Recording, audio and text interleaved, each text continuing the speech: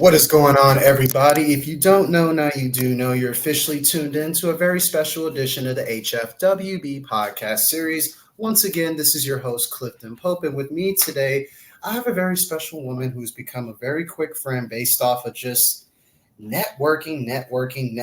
I'll tell you, one thing you could get out of the HFWB Podcast Series, if you haven't noticed, basically people who I bring onto my podcast, it comes from basically my overall networking circle. And it's very important because you are what your network is as far as just who you know. It pays off who you know. And it's funny because when I met with this person a few weeks ago, she's the best way I can describe her is just she's an inner naturalist, ironically enough. And that's basically the name of her actual business because she's actually the founder, the director, and the CEO of Inner Naturalist. And basically what that is, and I'll of course let who I'm about to bring on explain it more, it's basically just getting more in tune with your natural surroundings, getting more in tune with nature, getting more in tune with Mother Earth, most importantly, which is very, very important because I don't know if you've taken a look outside lately. Mother Earth is starting to suffer slowly but surely, and it's up to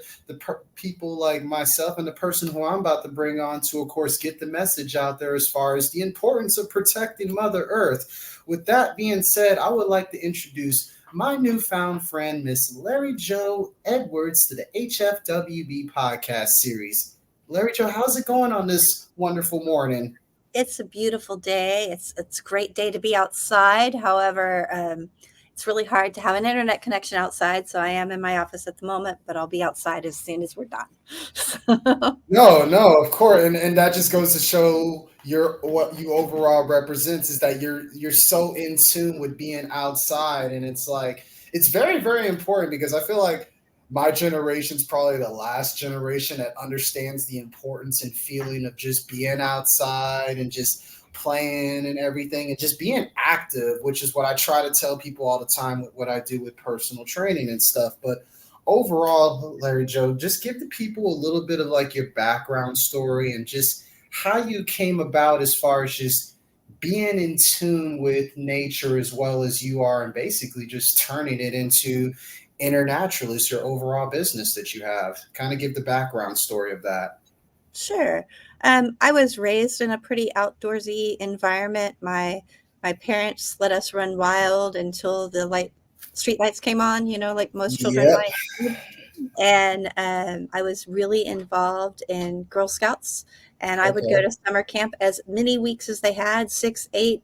I was there, and that's kind of where I got my start of like really enjoying what I saw around me. I mean, I loved the archery and things like that, but I really loved the nature walks and the things on water and looking at the shells and the mussels and trying to identify them. So it was kind of a natural progression from there to get a degree in marine biology. My middle school science teacher was working on a degree, his doctorate at the time, when I was in middle school in marine botany. And that just kind of sparked my interest to marine biology. And I live on the coast and we have jetties and we have reef. And so I got an undergraduate degree in marine biology. With a minor in education because I knew when I had a family, I didn't want to be at sea for 13 to 16 weeks at a time. So I did that for a little bit. And then I moved into education and I taught in the classroom for 9 years. Found out that just really, I loved the kids. I did not like the curriculum. I didn't like telling kids things that I didn't necessarily believe in. Yeah, for sure. And so it wasn't the textbook or the theories or anything. It was the state standards that pushed some of those parameters into a point that I didn't really feel comfortable. Yeah. And a friend of mine said, hey, this estuary program is hiring an informal educator. You'd be perfect for it since you have a marine biology degree. So I started there in 2009. And I was the head of the education department, their director for several years. And I loved having kids out, but I was noticing that we were just teaching to the test. And I was like, there's so much more to this experience than just, how many leaves does this plant have? Is it bipinnate? Is it pinnate? Is it lobed? Is it, it was just too much information and not enough just basic time in nature.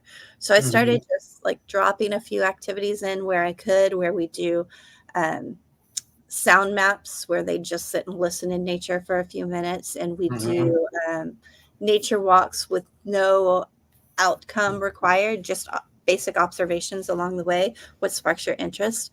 And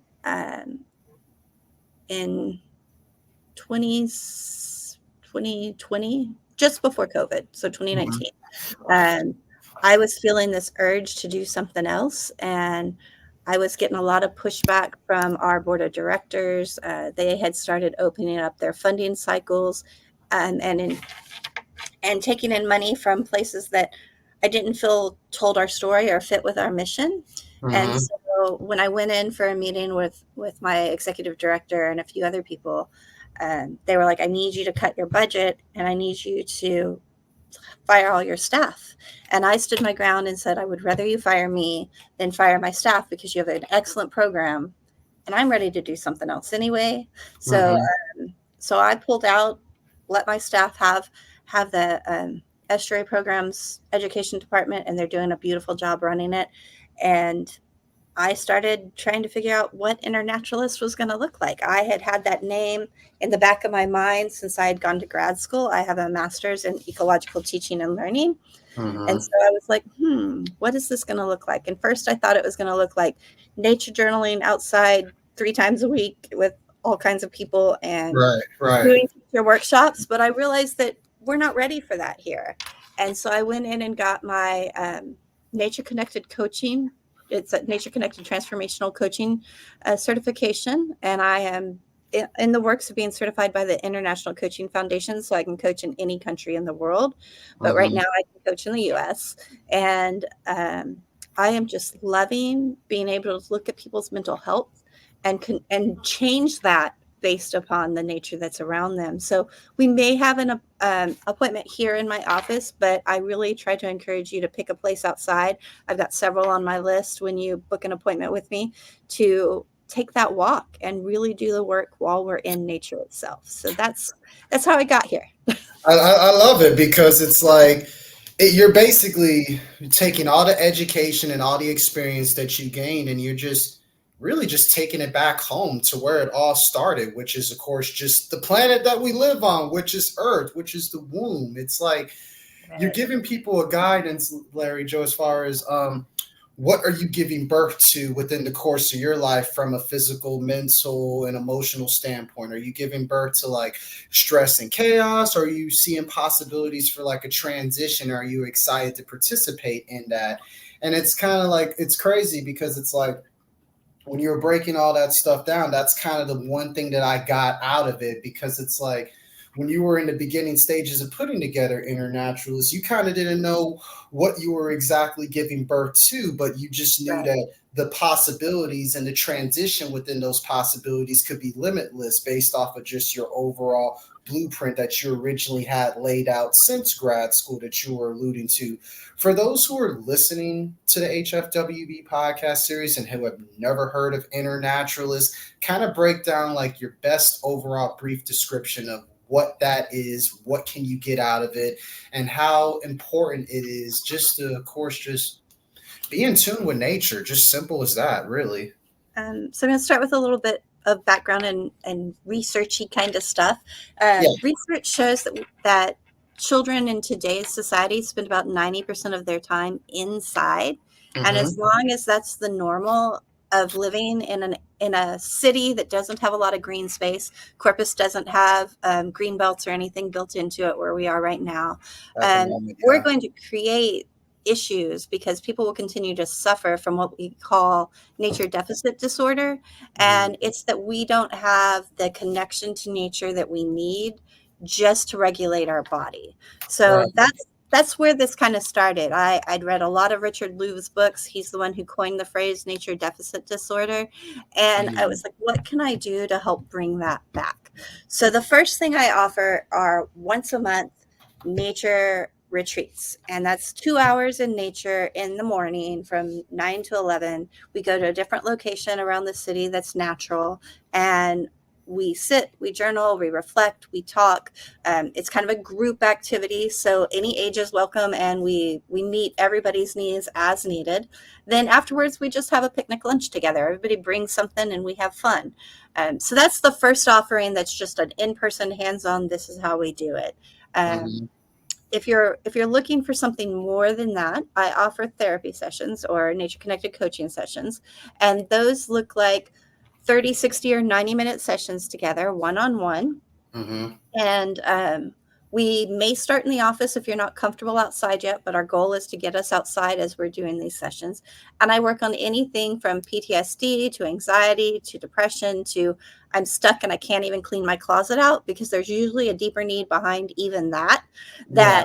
that we can work out in nature. So you bring your issue in or your goal that you're working on. It might just be, I've got this idea and I need to flesh it out. And we let nature help you flesh that out as we're going through.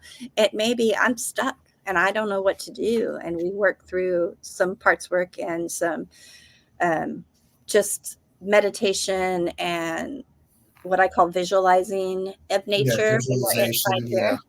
Mm-hmm. Uh, and then we go on and we work on that goal and try to figure out what's got you stuck and how we can overcome that. Besides that, I offer 6-week group sessions in leadership. So leadership the natural way, where you're not running at the speed of today's society, but you're Yeah. slowing down, you're focusing, you're using nature as your guide, you're working seasonally. So right now we are in Yule, which Yule is a time of planting the seeds for the spring. It's a time of Mm-hmm. ideas. And so that's what you want to be doing in your business. You want to be, of course, working the ideas that have come to fruition, but you want to be planting the seeds for what's coming throughout the year. And then we're moving into Mabon, which is a celebration and enlightening, because spring is near and our days are getting a little bit longer. So you're going to have a little more energy to work on things. So we Mm-hmm. want you to take that time in and understand the seasonal aspects of living. And those, I've got some free downloads and some paid downloads, depending on which ones you want, talking about the wheel of the year and those seasons that you can get as well.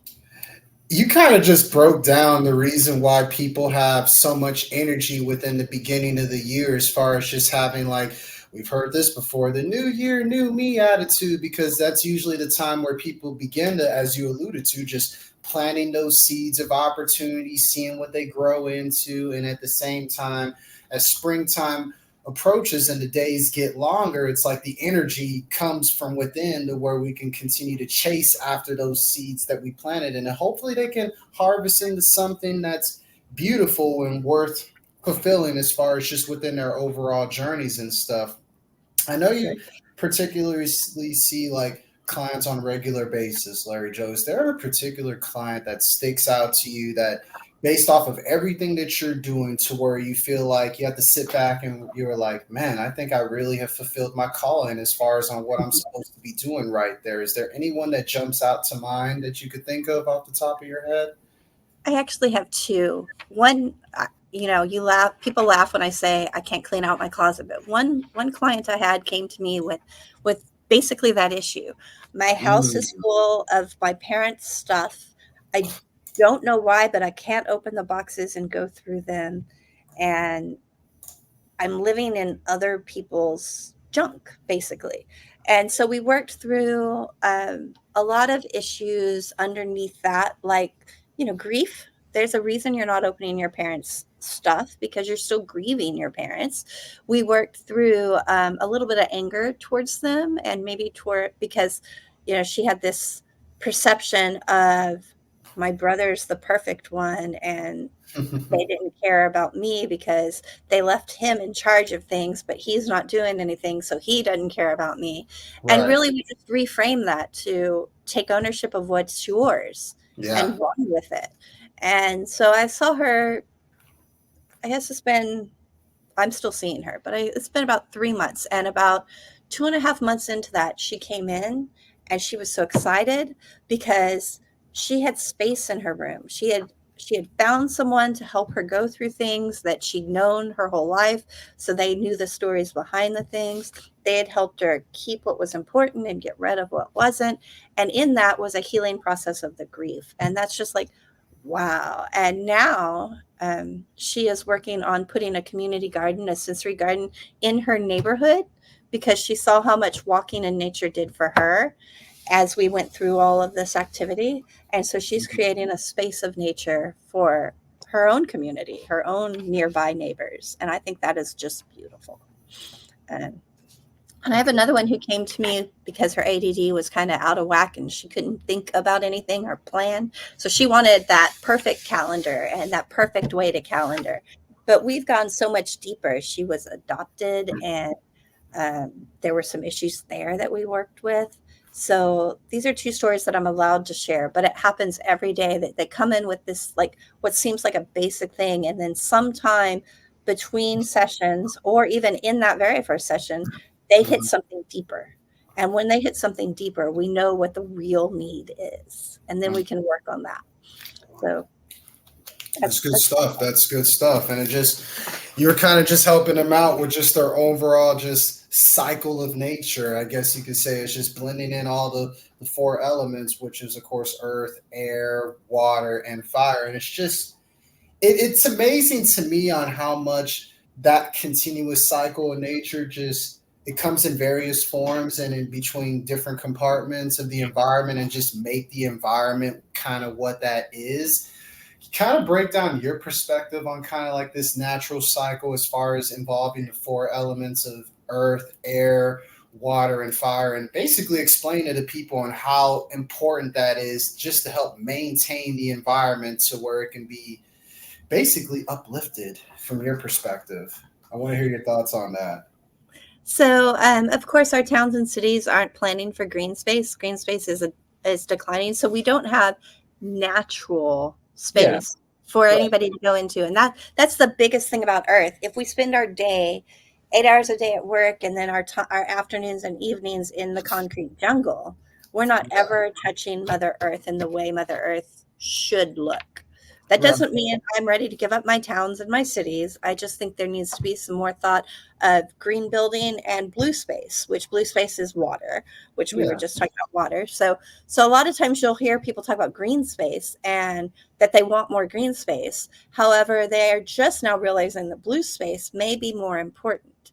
So that's the earth and the water thing. Earthing is very important. Taking your shoes off and putting your feet on the ground, on the sand. It takes all those negative ions we collect during the day and it just drains them out of our bodies and resets us. If we gives you a sense of grounding, without a doubt, for sure. Yeah. Just connecting with the ground. If we spend 20 minutes out there, we can reset all of that negative those negative ions we get from our computers and our phones and everything around us.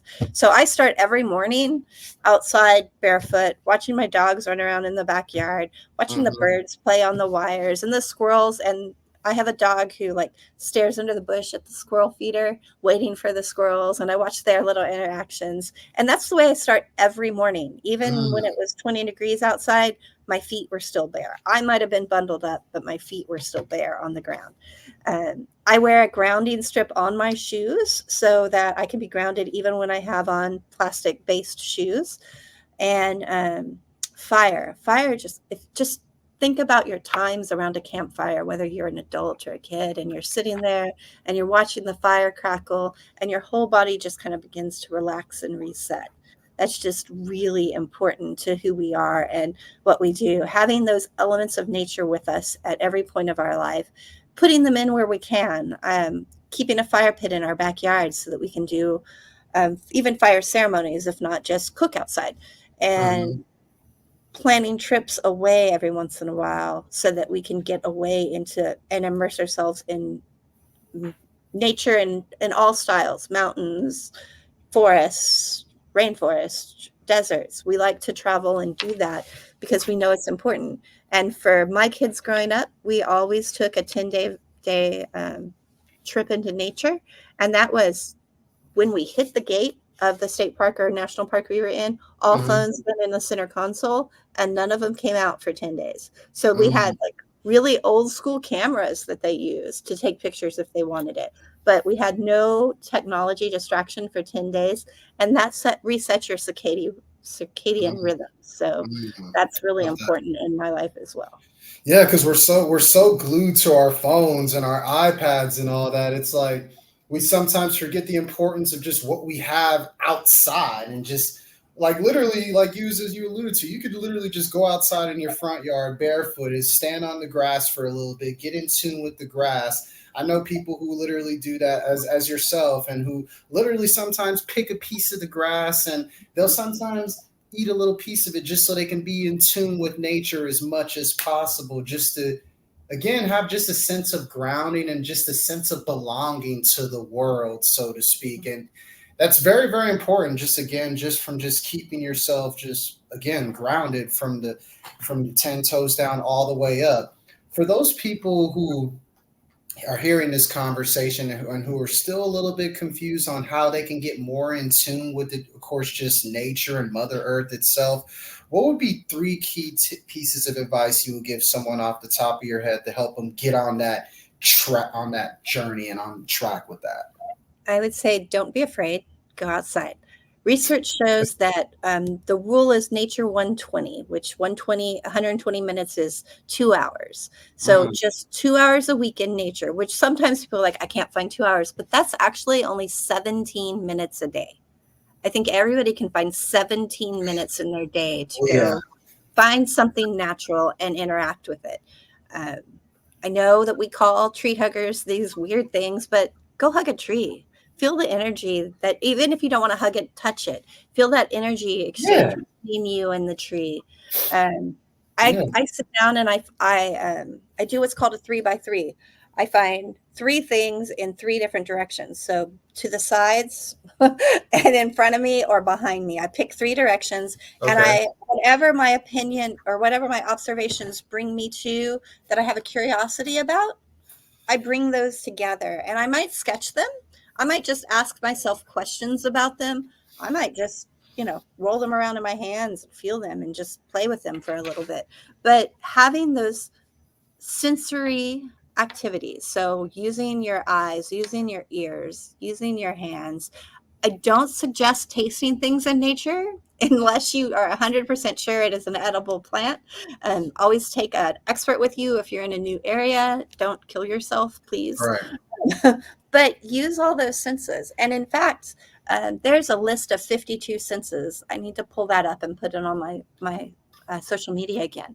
But we don't just have the six senses we think of every day. We've got proprioception. So looking at things in different aspects, high, low, sideways, upside down, all of that changes our experience in nature.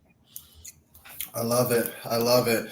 We're actually at the point, Lari Jo, where we're gonna basically ask you those list of questions that I basically ask everybody who's on the podcast, just to kind of give people an opportunity to know yourself a little bit more, and just to kind of pick your brain a little bit. You kind of touched on this a little bit earlier, but I'll go ahead and just ask this question anyways. What is the first thing you do or think of every single day that you wake up every single morning? When I wake up, I go down the hall and let my dogs out and go into the backyard and put my feet on the ground. I set an intention for the day while I'm there, and I just enjoy watching nature evolve around me. So we have in our backyard, it's more of a native prairie than it is a manicured yard.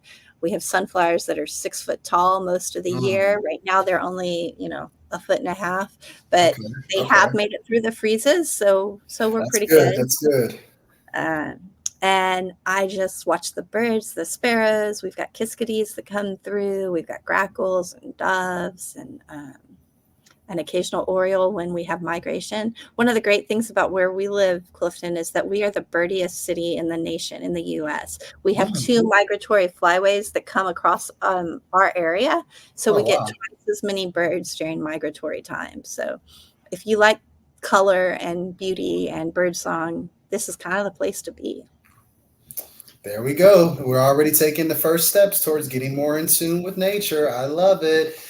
Here on the HFWB Podcast Series, where it's basically health and wealth kind of go hand in hand. They're kind of two sides of the coin. You really can't have one without the other, really. In your personal definition, what does health and wealth mean for yourself?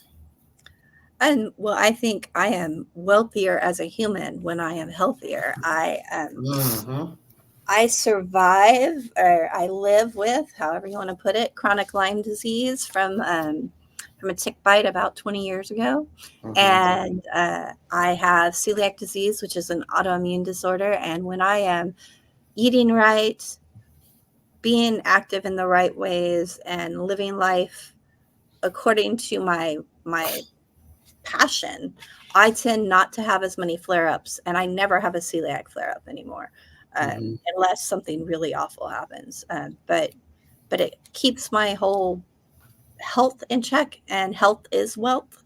And also reminds me, if I'm outside and enjoying nature, it reminds me that I don't need all the stuff. And so it also keeps me wealthy, because I'm not going, oh my gosh, I need the latest, greatest phone, or I need this or that. Yeah. I am so in tune with nature. None of that really matters to me anymore. That doesn't mean I live like a martyr or anything. I live in a house and I have cars and all of that, but it's not the newest, the best every time. I'm okay with function. You're not attached to the materialistic things. You're good with the simple things in life. That's right. Yeah. I've gotten to that point as well myself, to where it's like, I don't care if I have like the newest iPhone or the latest MacBook computer or anything. I'm just good with just a roof over my head, a bed to lay my head in, food to eat, water to drink, clothes to put on my back, a car that allows me to get from point A to point B, to get to the places I need to go and places I need to be on a regular basis. And at the same time, this is the most important one, at least for myself and pretty much mostly everybody, I feel like, spending time with the people who you love and care about the most. That's literally something I say within my prayer every single morning that I wake up every single day. And it's really just the simple things in life, you know. That's what it all boils down to.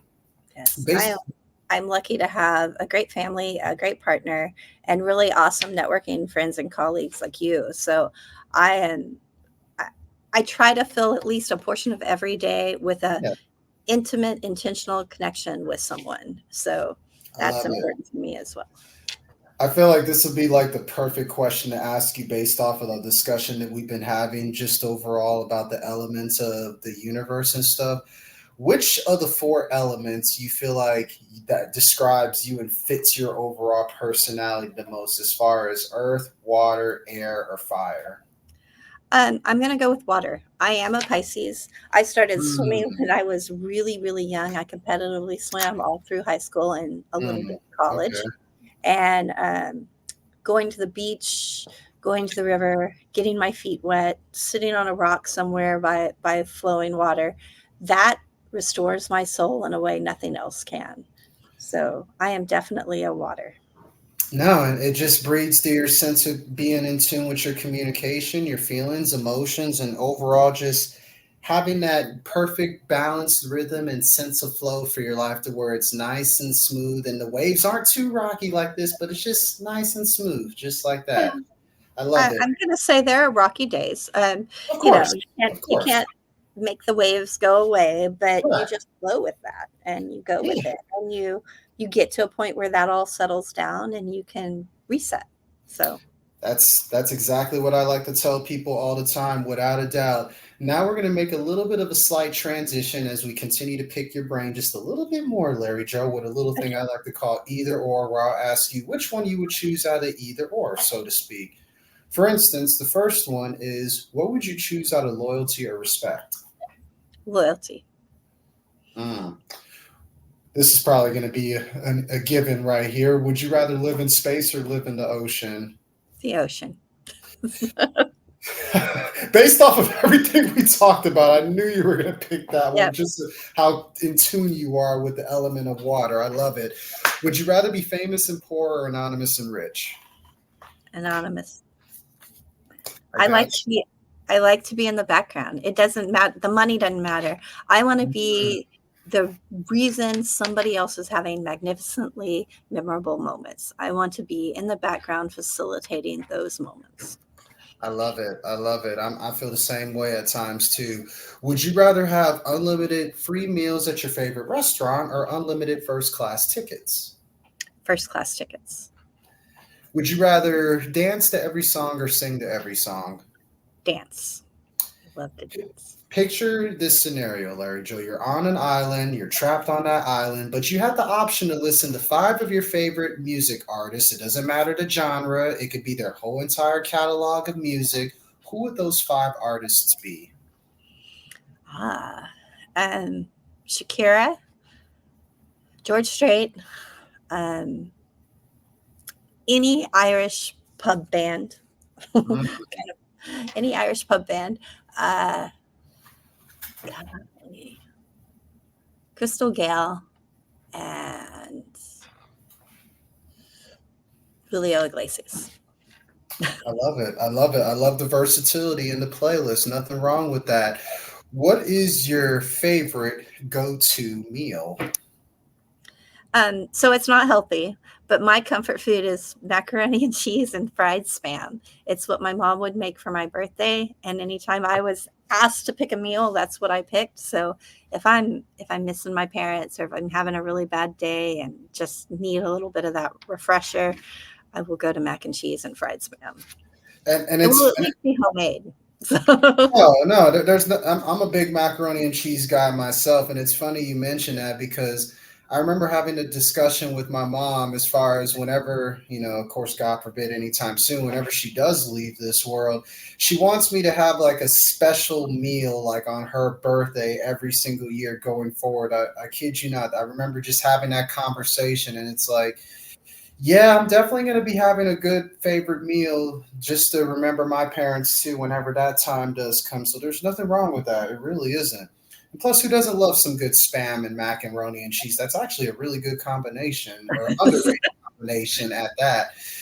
If you if you had the opportunity, right? Where is the favorite place that you have traveled to so far, and where is a place that you would like to travel to that you haven't been to yet? um, well, the place I haven't been is Ireland, and I really want to go to Ireland. Mm, okay, okay. I loved Scotland. I think that's probably going to be the place. I loved the rainy, dreary weather. I know that sounds goofy, but I did. I loved the green space. I loved the hills. Okay, okay. That's where my family's from. My father's side of the family is from there. So It's from Scotland and Ireland. yeah. Got you, got you. And where's a favorite place that you have traveled to thus far that is memorable for yourself? Um, hmm, I've been to so many, but Like a I'm gonna have to say California in the Bay Area, hmm, because I okay. love sea otters, and we got to see a lot of sea otters. A friend of mine lives there, and we went down into the sloughs where the sea otters played. Um, and the aquarium there is amazing. And we went to this Okay. amazing little um, state park for them that had both beachside area and forested Okay. area. It was just really an amazing place to be. So for those who are interested in going to the Bay Area in California, go check out some sea otters. You will definitely not be disappointed. You heard it here That's right. first. You heard it here first from Larry Jo on the HFWB Podcast Series. That might be something I might have to put on my bucket list too, because I've never been to California, but when I do, I'll definitely remember that without a doubt. Whenever you're not doing all the stuff that you're doing on a regular basis, because I know you're super busy, what are some of the favorite things, like as far as hobbies, so to speak, that you like to do that many people may not know you like to do? Well, I like to swim. Most people know that. I like to bird. I am not a competitive birder. I'm not a see it and check it off and run to the next bird. I spend time with birders, so I'm a slow birder, and Mhm. that's okay. But I do have a very large life list, so I do that a lot, I guess, because my life list is large. Uh, I I like to create, so I paint, I nature journal, and I sketch. Mm, I sort of crochet and knit. I'm not great at either, but I enjoy the feeling of doing it. Um, I can cross stitch and needlepoint. My sister taught me that at a very young age, mhm. and I can sew. I mean, I'm kind of all, and then music. I played the saxophone growing up and piano growing up, and I have picked up the ukulele and the lyre, and I'm hoping to get a harp soon. I used to play the saxophone too when I was younger, and a lot of people don't know this. My grandfather on my dad's side, he was a very popular musician as far as like a saxophone player here in South Texas. He used to play at the Galvon Music Hall back in like the 70s and everything, back when my dad was just a little kid and stuff. So definitely music does definitely run in my genetics as far as just playing the saxophone alone because of my grandfather. I wish I would have had the opportunity to talk to him about those stories. Of course, he passed away long before I was born, but overall, that would have been wonderful to hear as far as just his stories behind that, because I'm pretty sure they were legendary. But overall, Lari Jo, my last question I have for you before we wrap everything up. Now, if you had the opportunity, right, to go back in time and talk to yourself, say 10 years ago, what would you tell yourself? And based on the current journey that you're on at this very moment, where do you see yourself in the next 10 years? 10 years ago, I was struggling with teenage girls as a single parent and trying to find my footing as to who I was. So I definitely would tell my younger self, that it's all going to be okay, and that the work is paying off, and you do find yourself and your path moving forward. I think that would be important for younger me to hear. And in 10 years, I'm almost 50, so that would put me at almost 60. I hope I'm in a travel trailer somewhere, enjoying nature all over the country, maybe doing a few more cruises, things like that. And I would tell myself, just enjoy the little things, enjoy the moments with your friends and family, and enjoy that. And I can take nature connected coaching with me anywhere I travel. So that's nice, is that those who see me regularly can go online and we can still meet. And wherever I end up, I can see people in person. And like I said, by the end of the month, by the end of next month, I'll be able to see people anywhere in the world. So I'm looking forward to that. I love it. I love it. It's just enjoying the journey, and just as you alluded to, just enjoying the simple things. And I actually have like a poster up in a little picture up in my house that reminds me every single time, just be grateful for the big things, the small things, and everything in between. And you're pretty much doing that and then some, Lari Jo. I love it. I love it tremendously. This would be a great time, actually, just to give the people an idea of where they can find you, how they can learn more about Inner Naturalist, give them all your website, your social media handles, just to kind of give it out as resources for them to have. So my website is inner-naturalist.com. So as you can see in the bottom, the inner-naturalist is in my name down there. And and then you just put .com after it, and you can find just about anything you want to know there. The site is being redone, so it will look very different here in a few weeks, but everything you need is there. I am on Facebook, Instagram, and X. It's hard to change it from Twitter to X, but I'm getting there. And it's Your Inner Naturalist or Why Not Inner Naturalist at all of those. So you can find me in any of those places. I try really hard to put up everything in plenty of time for you to register.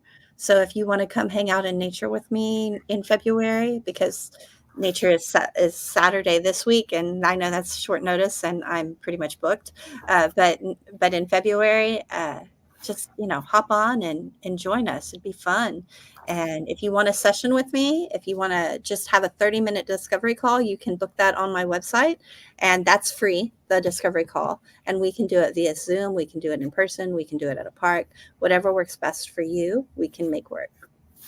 I love it. I love it. I just love the conversation that we had just about just being more in tune with just nature within itself, because it's kind of the part of like the ultimate gun, I like to call it, which is God, universe, and nature. And most people forget about that third part, which is nature within itself. And it's like, I challenge everybody, and I'm working on this myself. I'm challenging everybody. Put down the phone a little bit every now and then. Put down your laptop, your iPad, any form of technology. Just go outside. Spend about 5-10 minutes just taking...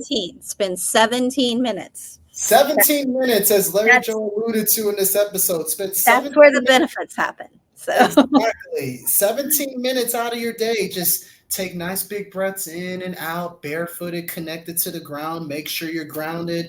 And I know I plan on doing this myself in 2024 and beyond, is go on a couple of retreats every now and then just to get in tune with nature. And hey, if you need any guidance on that, Lari Jo Edwards is the person to go to with Inner Naturalist. So with that being said, I just thank you so much just for your insight and just the conversation and just making time out of your busy schedule just to simply bless us with an appearance on the HFWB Podcast Series. I look forward to the next retreat.